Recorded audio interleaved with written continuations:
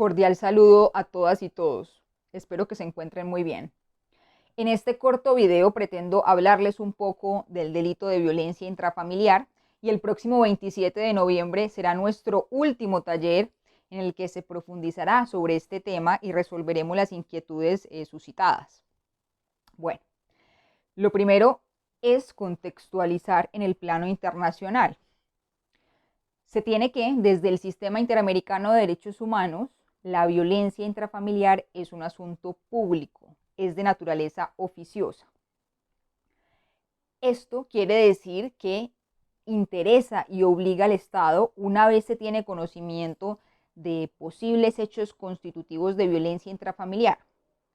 O sea, no es un asunto de pareja o de puertas para adentro o conciliable o desistible. No, es un asunto público que implica que tanto la sociedad como el Estado deben intervenir, son corresponsables.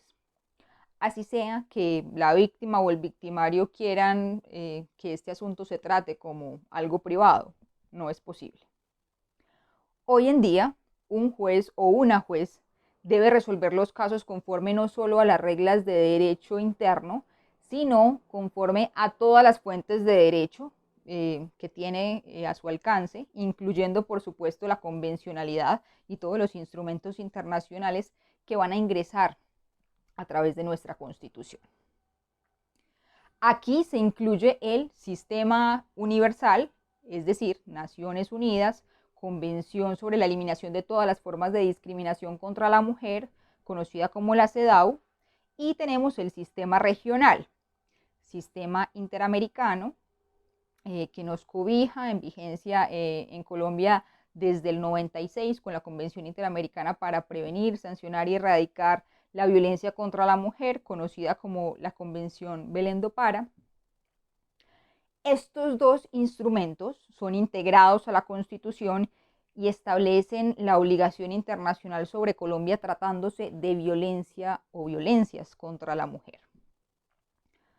Insisto, las reglas de derecho interno tienen que ajustarse a ese estándar internacional que es bastante elevado, bastante exigente en asuntos de población, como en este caso la mujer, o de protección hacia la mujer.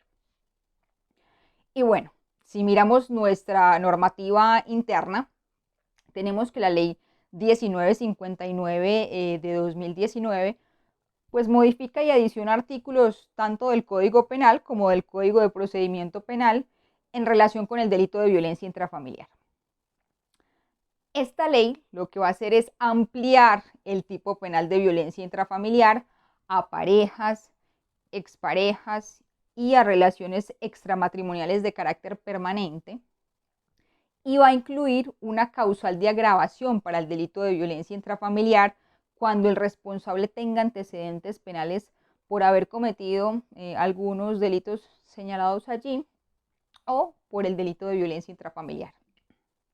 O sea, al valorar la reincidencia como una situación de mayor punibilidad, implica la imposición de penas más gravosas a las personas que reinciden en conductas que afectan la integridad de las personas que hacen parte de su núcleo familiar, y esto con el fin de fortalecer ese efecto disuasivo y preventivo de la norma. Al menos esa es la pretensión como tal de la ley. ¿Y qué otras modificaciones nos trae dicha norma? Se incluye el delito de violencia intrafamiliar en el procedimiento abreviado, es decir, lo que se pretende es judicializar y sancionar más rápido, ¿sí?, que en un proceso ordinario. Hay menos audiencia, entonces se quiere más celeridad para llegar a fin de cada proceso. Además, en dicha ley, pues se ordena al gobierno nacional para elaborar una estrategia de formación de familia, se crea una comisión de seguimiento de la ley, también se reitera que este no es un delito conciliable al ser de tan alta o de tan grave entidad, que precisamente pues tiene un tratamiento público, como ya lo habíamos referido. Entonces, la víctima aquí tiene derecho también a no ser confrontada. ¿Confrontada con quién? Con su agresor. Por lo que esto debe de ser tenido en cuenta en el recaudo probatorio o en el acervo probatorio por parte de la Fiscalía. Se debe tener en cuenta las específicas circunstancias de vulnerabilidad en las que se encuentra la víctima, que muchas veces pues depende económicamente del agresor o ha padecido ciclos de violencia, y todo esto puede impedirle declarar libremente o puede implicar que la misma víctima desconozca su calidad, no se reconozca como tal, sin que ello deba generar una denegación de justicia o un detrimento en sus derechos.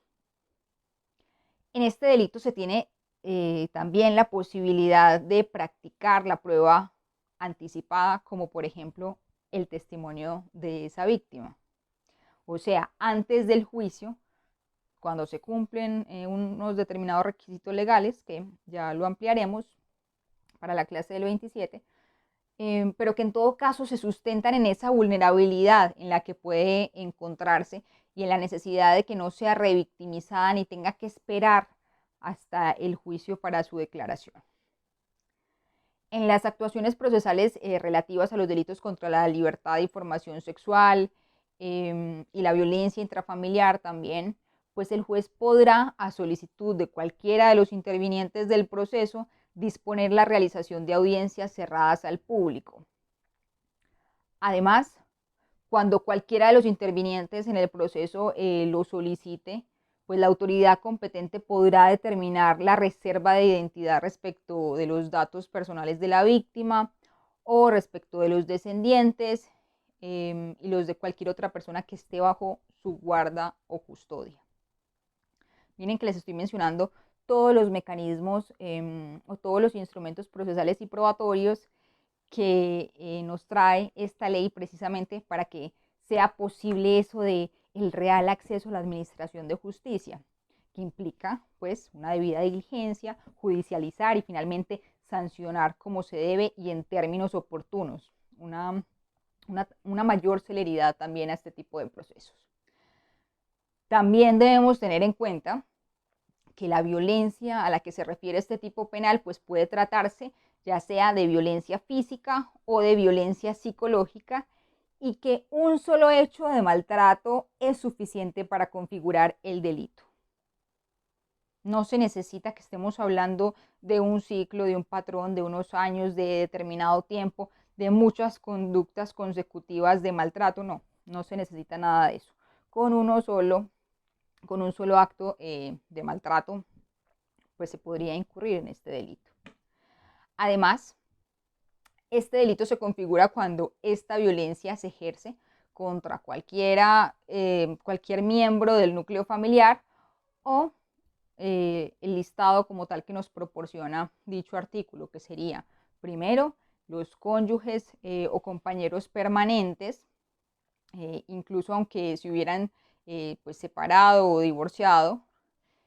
Segundo, el padre y la madre de familia, aun cuando no convivan en el mismo hogar, si el maltrato se dirige contra el otro progenitor. Tercero, quien no siendo miembro del núcleo familiar sea encargado del cuidado de uno o varios miembros de una familia en su domicilio, residencia o cualquier lugar en el que se realice la conducta. Cuarto, las personas con las que se sostienen o hayan sostenido relaciones extramatrimoniales de carácter permanente que se caractericen por una clara e inequívoca vocación de estabilidad. Quinto, quien no siendo miembro del núcleo familiar sea encargado del cuidado de uno o de varios miembros de una familia. Fijémonos que, como les advertía en un principio, aquí se extiende ese concepto de familia o esa protección inicial que daba este delito anteriormente. Y aquí lo que se pretende es proteger o tutelar un contexto familiar, o sea, más allá de la unidad familiar. Por eso se modificó el tipo penal. Por eso los excónyuges o exparejas ingresan ya a la protección penal, están en ese contexto familiar. Por ejemplo, cuando posterior a la separación, pues uno debe pagar alimentos al otro excónyuge. Fíjense que se sigue sosteniendo ese contexto familiar. La norma tutela núcleo y tutela contexto. Finalmente son lazos que siguen ligados a las personas.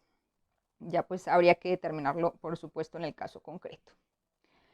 En el caso de una pareja extramatrimonial, esta debe tener esa vocación de estabilidad, una relación de pareja en la que ha existido dicha proyección o dicho proyecto de vida, ¿sí? Esa unidad de vida, destino o vocación de estabilidad. Entonces, para condensar, esta ley busca proteger a las víctimas y sancionar más fuertemente a los victimarios.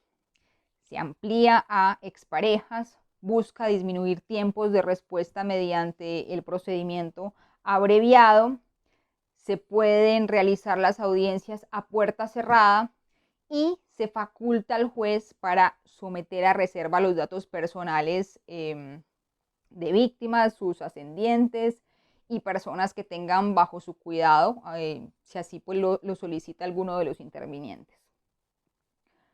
Así pues, tenemos que las violencias o los maltratos que se dan al interior de una familia interesan y deben ser conocidos y sancionados por el Estado.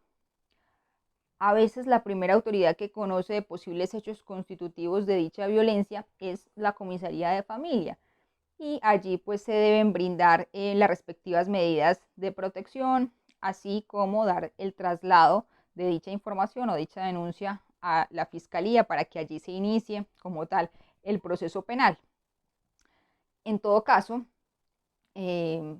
estas son atenciones, si bien subsidiarias y preventivas, porque cuando hablamos como tal de delito, es la fiscalía la que debe, en todo caso, conocer del mismo y debe ser investigado en el ámbito penal, al margen que otras instituciones o que otros subsistemas sociales pues también coadyuven en sus respectivas funciones. Claro que sí, por eso es un asunto público que interesa a la sociedad, a la institucionalidad que tiene actores pues a lo largo y ancho del territorio, pero esto no quita que finalmente también deba ser conocido y resuelto en el ámbito penal, porque su lesividad es tan alta que el legislador le ha otorgado pues la categoría de delito cuando se atenta contra este bien jurídico que es la familia, y especialmente contra miembros particulares de esta. No es como la familia en un sentido pues abstracto como tal, sino que puntualmente miren que el maltrato pues está dirigido a uno de los miembros, se concreta, es algo verificable, sea maltrato físico o psicológico. Y les hablé también un poco de estos instrumentos internacionales que protegen a la mujer, porque según las cifras de medicina legal, la fiscalía, los reportes que tiene también la policía y las líneas de atención, pues las mayores víctimas son las mujeres. Entonces, por eso este tema también debe ser abordado atendiendo a estos datos de la realidad y atendiendo pues a esa violencia de género que en estos delitos pues se hace más que evidente. Bueno, ya el próximo 27 de noviembre pues ahondaremos en el tema. Les reitero que este es nuestro último taller. Espero que cada uno haya aportado conocimientos útiles en su diario vivir y en sus funciones profesionales. Y por supuesto que quieran seguir profundizando de cada temática, porque a veces pensamos que algunas de estas son aisladas de nuestra realidad, pero lo cierto es que en algún momento nos toca conocer sobre estos temas, sea por experiencia directa o sea porque personas cercanas acuden a nosotros, y qué mejor pues que tener ya luces, tener respuestas, tener algunas reflexiones sobre estas realidades y estas temáticas que en algún punto a todos nos interesan. Muchas gracias, un saludo para todas y todos y nos vemos.